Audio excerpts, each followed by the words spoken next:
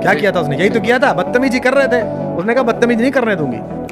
और उस समय तो निक्सन था, बिना मिले चली आई थी शेरनी, गई थी यूनाइटेड नेशंस में।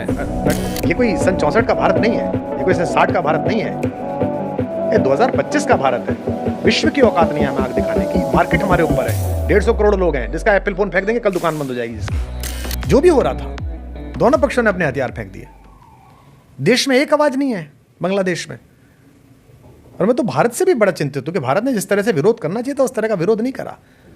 ये कोई सन 64 का भारत नहीं है, ये कोई सन 60 का भारत नहीं है, ये 2025 का भारत है। विश्व की औकात नहीं है हमें आग दिखाने की। मार्केट हमारे ऊपर है, 150 करोड़ लोग हैं, जिसका एप्पल फोन फेंक देंगे कल दुकान बंद हो जाएगी जिसकी। तो हमें अपनी बात कहनी चाहिए वहाँ। अगर एक समाज इतना बड़ा वहाँ पर है जिसकी जड़ें भारत में भी हैं, अगर उसके साथ कुछ गलत हो रहा है तो आग दिखानी चाहिए। ये किस दिन के लिए पाल कर रख रखे हैं ये राफेल? इनमें क्या है? इन बच्चों से खिलाओगे इन्हें उड़ा के? क्या वो चड्डी घुमा के लाता हूँ आसमान में? ये इसी दिन के लिए है कि बताओ तमीज में रहो, पड़ोस में रहना, तमीज में रहो। पहले भी तो ऐसे ही किया था। क्या किया था मैडम गांधी ने? कितनी गाली दे लीजिए मैडम गांधी को। क्या किया था उसने? यही तो किया था, बदतमीजी कर रहे थे। उसने कहा बदतमीजी नहीं करने दूंगी।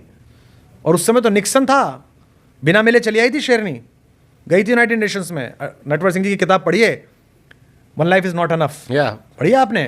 उसमें लिखते हैं नटवर सिंह कि वहाँ से आ रहा था कॉल और मैंने पूछा मैडम वहाँ जाना, तो उन्होंने मुझसे पूछा कि तुम किसके लिए काम करते हो, मेरे लिए कि निक्सन के लिए?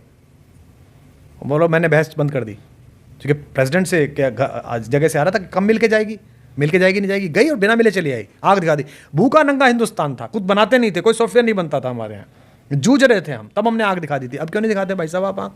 दिखाइए आप। वो जाहिल आया था रेगिस्तान से राम मंदिर लूटने के लिए, सोमनाथ लूटने के लिए, कि यहाँ का हीरा ले जाऊंगा मेरी प्रगति हो जाएगी। है उस राम के माथे पर आज भी 400 करोड़ का हीरा लगा हुआ है, और तू आज भी रेगिस्तान में कटोरा लेके घूम रहा है, गधे की पीठ पे घूम रहा है। किसी को लूटने से कोई अमीर नहीं बनता। क्या राम से सीखा होता, क्या सोमनाथ से सीखा होता?